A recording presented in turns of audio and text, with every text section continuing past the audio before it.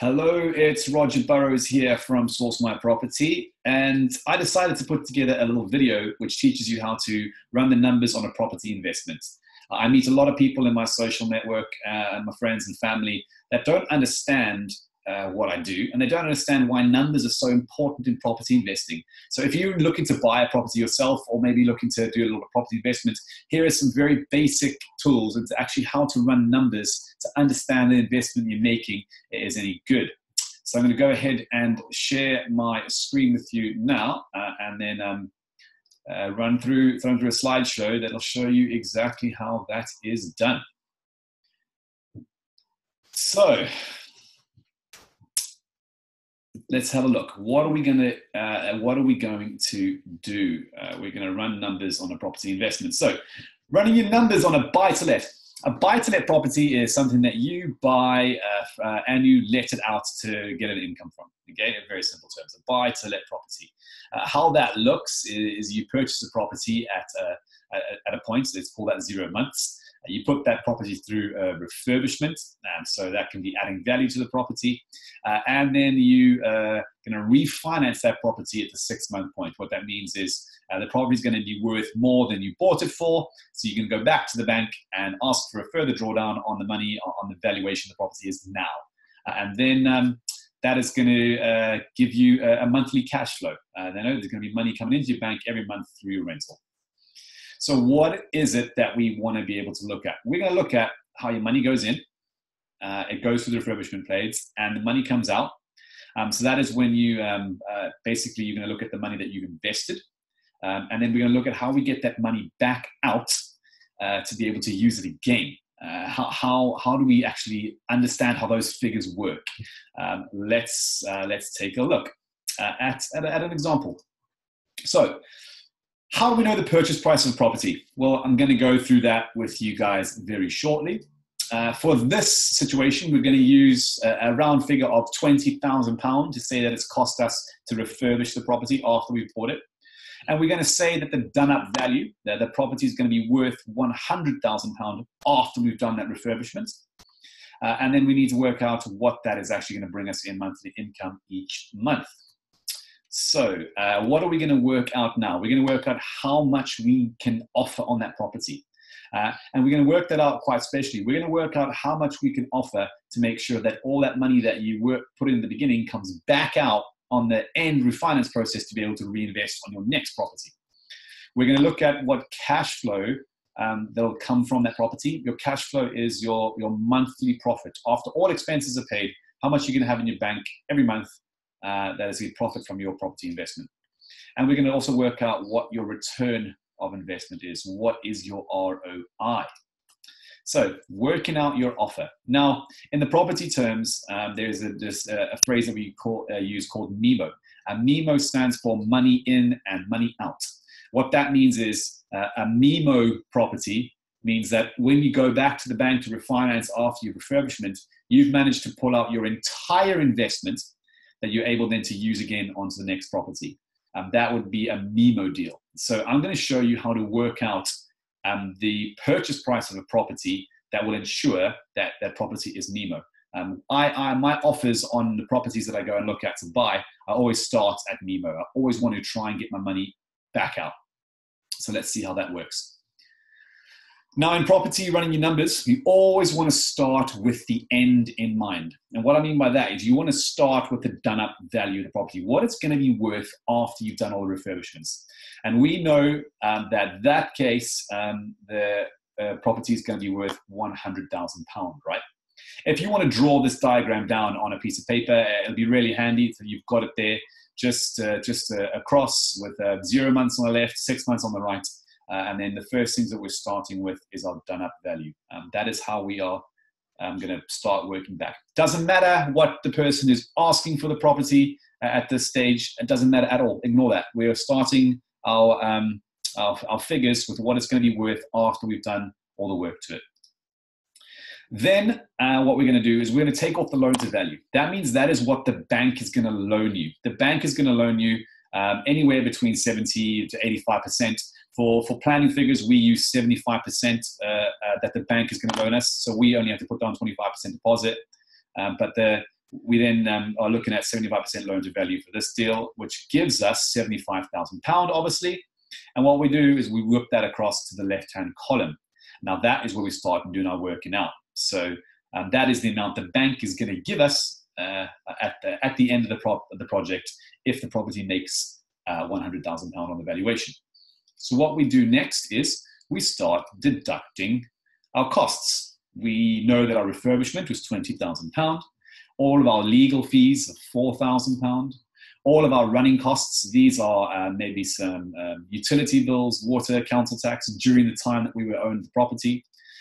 Also, our stamp duty, how much stamp duty we had to pay on the purchase of the property.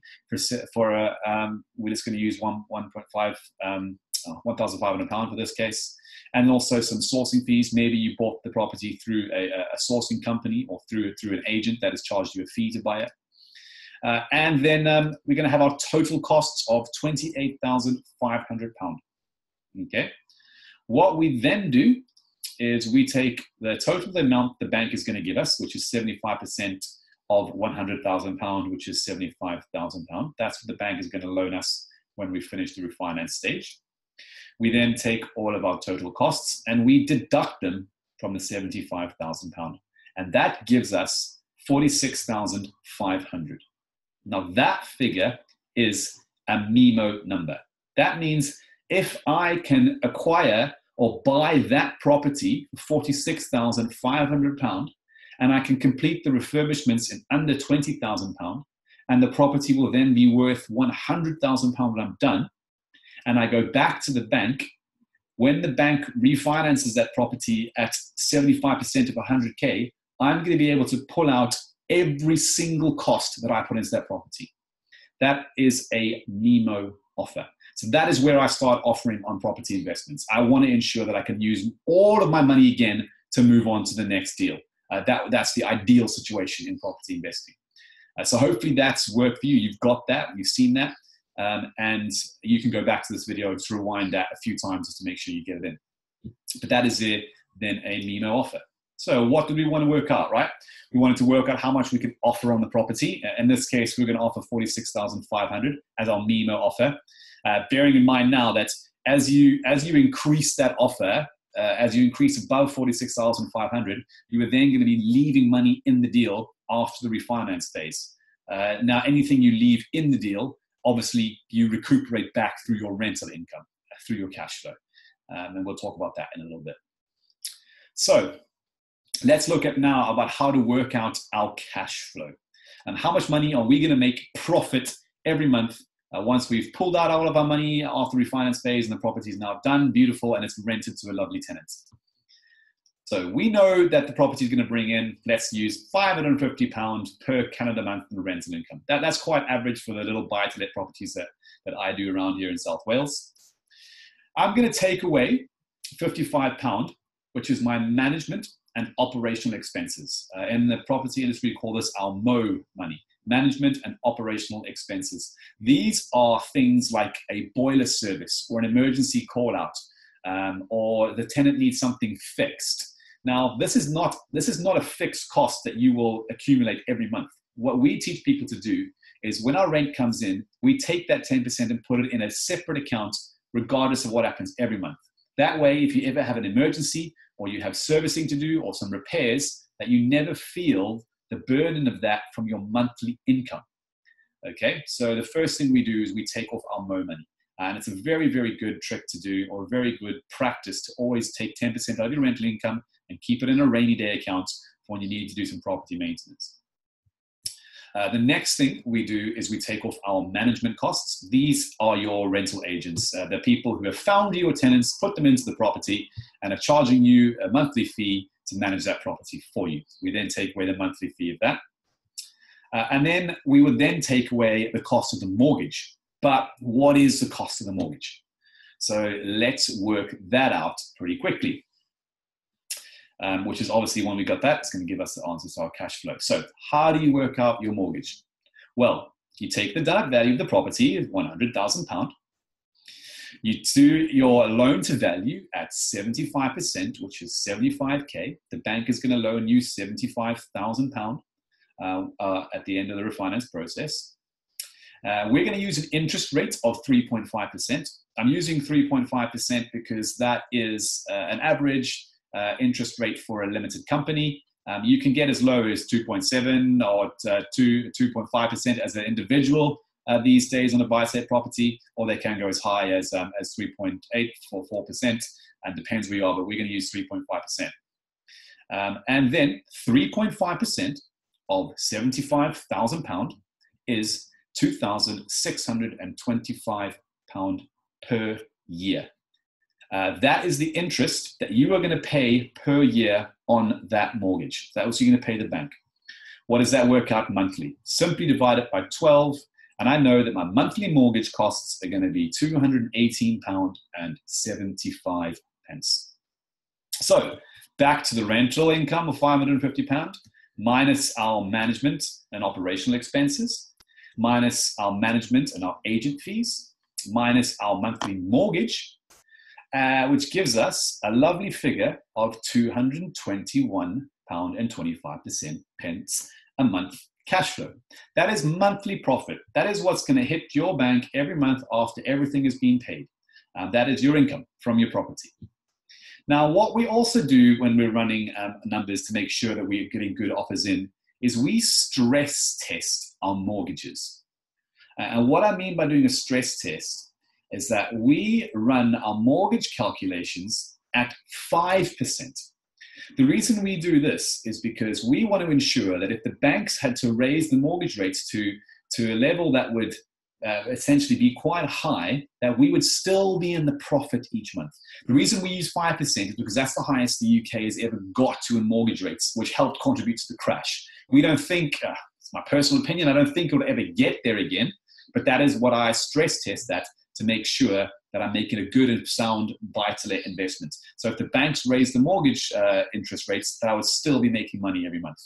So if I run that at 5%, at 75% loan to value, it gives me my annual interest of £3,750 that I have to pay back the bank. Divide that by 12 gives me £312.50 per month if the interest rates was at 5%. So what would that look like on a stress test? Well, £550 minus our money, our management operational expenses, minus our management costs and our agent fees, and minus our monthly mortgage at 5% gives me a cash flow of £127.50. Now, to me, personally, that is a tick, because anything above £100 on my stress test, I am willing to invest. I know that if the mortgage rates suddenly shot up to that high interest, that I would still be making profit each month. Okay, so what have we worked out? We have worked out that we can offer $46,500 as a MIMO offer. We have worked out that our cash flow, our monthly cash flow on that property will be £221.25. Now what we're going to look at is how do we work out our ROI, our return on investment. Well, to work out investment on a buy-to-let, your ROI on a buy-to-let, what you need to do is you need to take your annual cash flow, how much comes in every year. You need to divide that by the money that you have left in the deal after the refinance process, money you have left in. And then you need to times that by 100, which would give you your ROI. Now remember, for this instance, if you secured the property at that $46,500, that's going to be a MIMO deal. You're going to have no money left in after refinance. You're going to have it all back out. That doesn't have an ROI. That is an infinite return. You are printing money. You've had the most perfect property investment. Hell, we've had property deals where we've pulled out more money than we actually invested in the beginning because our done-up values got so good. So it's by all means possible. But I need to be able to show you how to work an ROI. So let's, for argument's sake, say that we know our monthly cash flow is £2,625, right? That is what we're going to bring in every year off that property in profit. We then, for argument's sake, let's say that we left in the deal, that we left £8,700 in. Maybe the refurbishments cost more than we had planned, or the property didn't reach the done-up value that we were hoping for. and we had to, on the refinance phase, we couldn't pull everything back out. So let's say we leave in £8,700. Now that calculation, 2,625 divided by 8,700 multiplied by 100 gives us 30.17%. That is your return on your cash on an ROI. So we wanted to work out how much we could offer on the property. We know that a MIMO offer is 46,500. And you also know that anything that you go above that to secure the property, you're leaving money in the deal, which you then will recuperate through your rental income. We also know that we want to know what our cash flow on that property will be. Remember, we worked out that our cash flow is £221.25. And also we worked out our return of investment, and that depends how much you leave in the deal. But you can just scroll back and look at that video again and how to work out your ROI. So the next thing I want to move on to is running your numbers on a flip. This is a property that you purchase, you refurbish, you then sell, and you make profit. Okay, that is a flip. The numbers are very similar, but also very, very simple to run your numbers on a flip. And for a flip, we want to work out, again, how much we're going to offer on that property and what is our ROI. What is our return on investment going to be? So same rules applies in this one, guys. You always start with the end in mind. If you want to draw that little diagram again, it looks like that. And starting with the end in mind, let's keep it really simple. Let's say the property is going to sell for £100,000 when we are done. We then take our 100 grand across the left-hand column, and we then deduct our costs. In this case, we're going to use, say it took £20,000 to do our refurbishment, £4,000 for all our legal costs. The running costs of the property over the time that we had it was £1,000. We paid £2,000 stamp duty, and we paid £2,000 a sourcing fee to get the deal from someone. Someone found us this deal.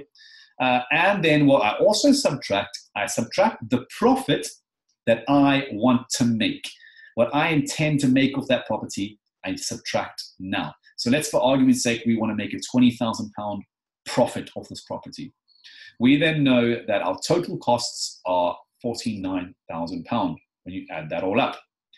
Now, very simply, we take the £100,000, we deduct our total costs, which gives us £51,000.